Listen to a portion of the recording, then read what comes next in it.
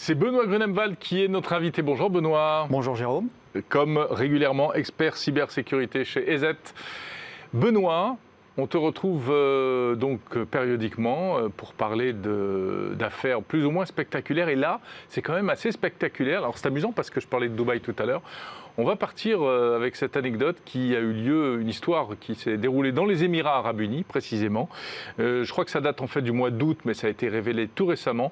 Une grande banque, et Dieu sait que là-bas les banques elles sont grandes et elles sont bien fournies, a été escroquée par de la voix artificielle, par du deepfake vocal. Tout à fait. Qu'est-ce qui s'est passé exactement ? En fait, le banquier avait l'habitude de discuter avec son client et celui-ci l'a un jour appelé en lui disant « Vous allez recevoir un message, j'ai un avocat qui va vous préciser où virer des fonds, je suis en train de réaliser une acquisition. » C'est top secret, bien entendu.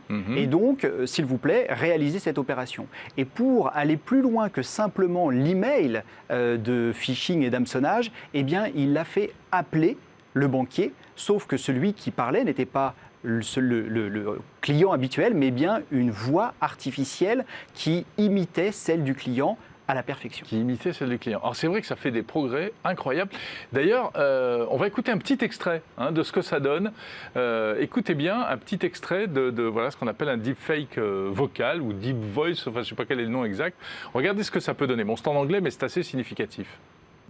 Hi Pedro, this is I need your immediate assistance to finalize an urgent business deal. Bon, la qualité n'est pas top, mais on sent qu'il y a quand même une fluidité. On se le refait une fois, c'est possible, Pierre ? Hi Pedro, this is I need your immediate assistance to finalize an urgent business deal. Ouais, ça paraît un petit peu haché quand même, non ? Alors, c'est aujourd'hui assez haché. Ouais. Quand on considère que la banque était aux Émirats Arabes Unis et que celui qui appelait était censé être aux États-Unis, on peut se dire qu'on peut jouer sur la qualité, qu'il y a certainement une marge d'erreur. D'accord. On pourrait tout à fait faire une émission avec François en virtuel complètement, image virtuelle et son virtuel, et on lui ferait dire exactement, lui ferait dire ce que l'on veut. Et c'est la deuxième attaque qui est recensée sur ce sujet-là. Alors bien souvent, on s'aperçoit que l'utilisation de la fausse voix est toujours couplée à d'autres techniques, parce qu'il est quand même assez rare qu'une personne agisse sur un simple ordre téléphonique. Donc on s'est aperçu qu'il y avait une attaque sur une filiale anglaise d'une société allemande, dont le président de la filiale anglaise a reçu un ordre de virement de la part de son président en Allemagne. Et là, encore une fois, c'était très bien fait parce qu'ils ont rajouté un accent dans la fausse voix pour que l'utilisateur soit floué le mieux possible. Ouais, c'est ce qu'on appelle les arnaques au président. Exactement. Donc là, la combinaison de l'arnaque au président et venir rajouter un élément personnel, j'ai envie de dire, permet de finaliser cette arnaque. Donc on voit qu'on est quand même arrivé à un niveau assez spectaculaire, puisque finalement c'est du texte qui a été écrit et qui est transformé de manière vocale.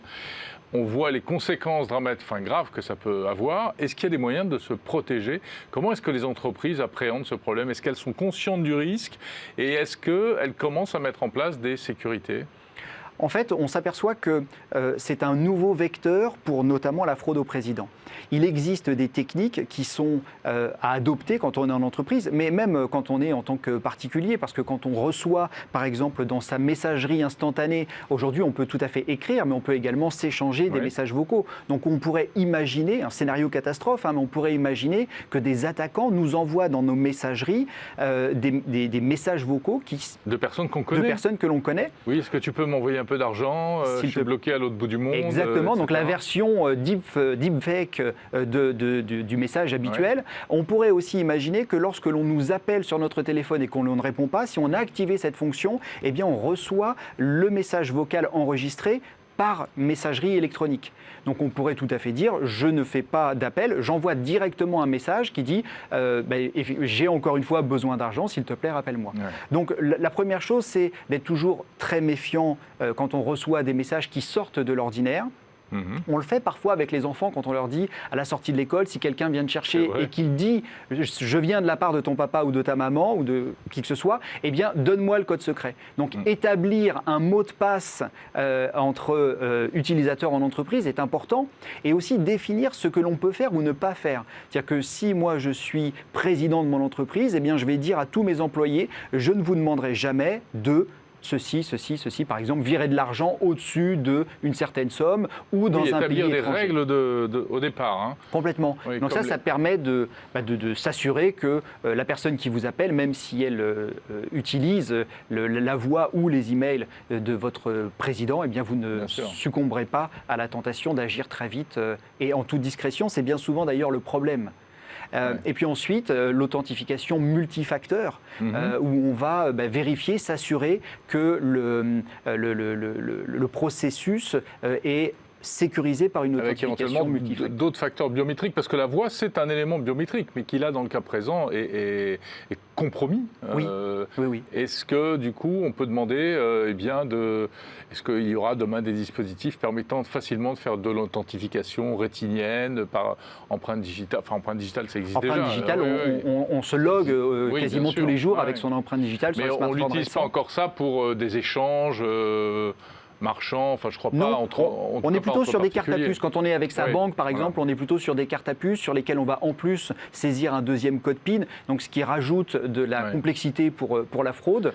Mais c'est quand même un point qu'il faut prendre en compte et les grandes plateformes de GAFAM ont travaillé sur le sujet. Certains ont mis à disposition des logiciels permettant de détecter à la fois les deepfakes et la catégorie deepfake vocale. Et d'autres combattent les deepfakes en ayant des algorithmes sur leur plateforme quand on veut poster quelque chose. Alors justement, finalement, on voit bien l'importance du mot de passe, quel qu'il soit, quelle que soit la forme qu'il a. C'était le mois de la cybersécurité, c'était la grande fiesta du mot de passe le mois dernier.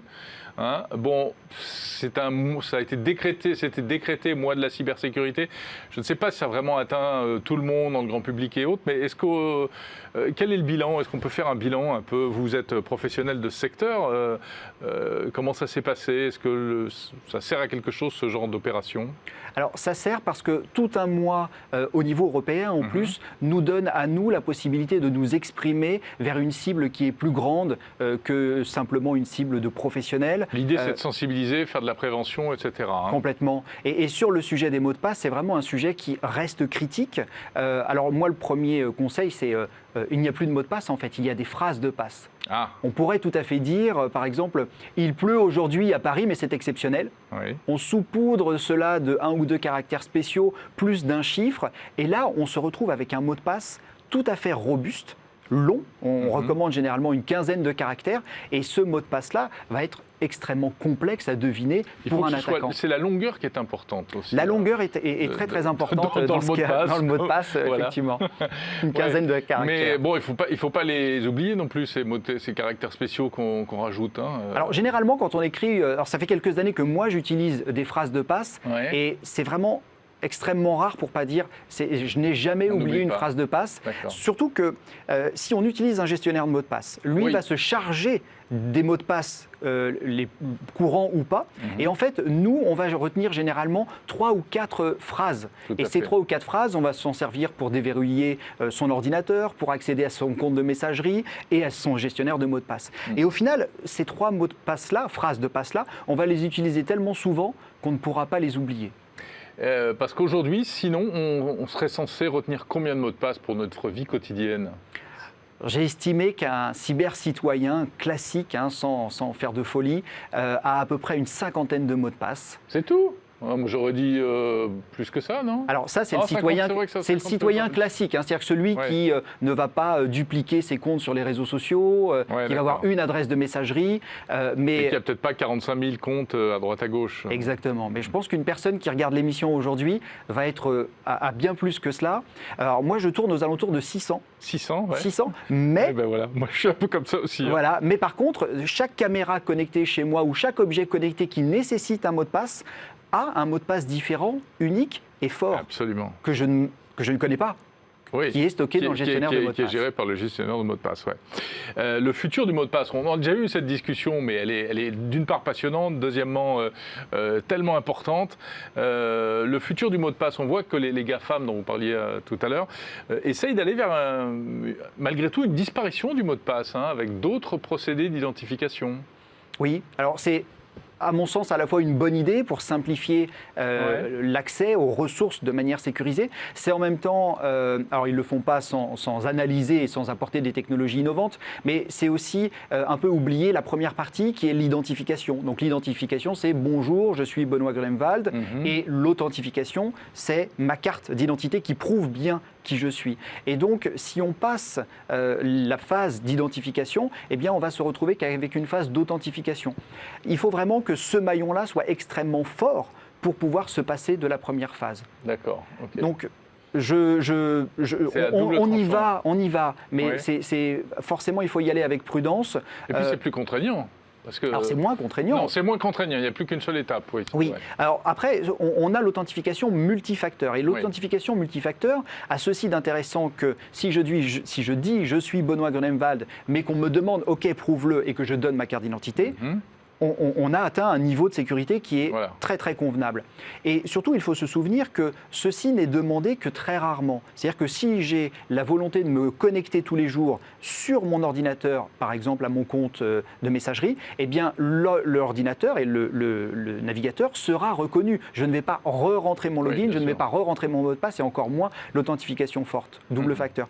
Par contre, si quelqu'un à l'autre bout de la planète ou même à côté de chez moi veut se connecter à mon compte, eh bien dans ce cas-là, on lui demandera l'authentification multifacteur. Ce qui d'ailleurs quand même n'est pas sans poser certains problèmes quand on voyage, parce que alors, dès qu'on n'est plus dans son pays, on a l'impression d'être un étranger en allumant son ordinateur. Complètement. On retombe dans il y a des demandes d'authentification permanentes, il faut tout recommencer à zéro. Lié à la GeoIP notamment, ou même quand on utilise un VPN et que ce VPN va vous sortir du territoire habituel. VPN, grande question. Il faut utiliser un VPN ? C'est pas le sujet du jour, mais la réponse est oui quand on est professionnel.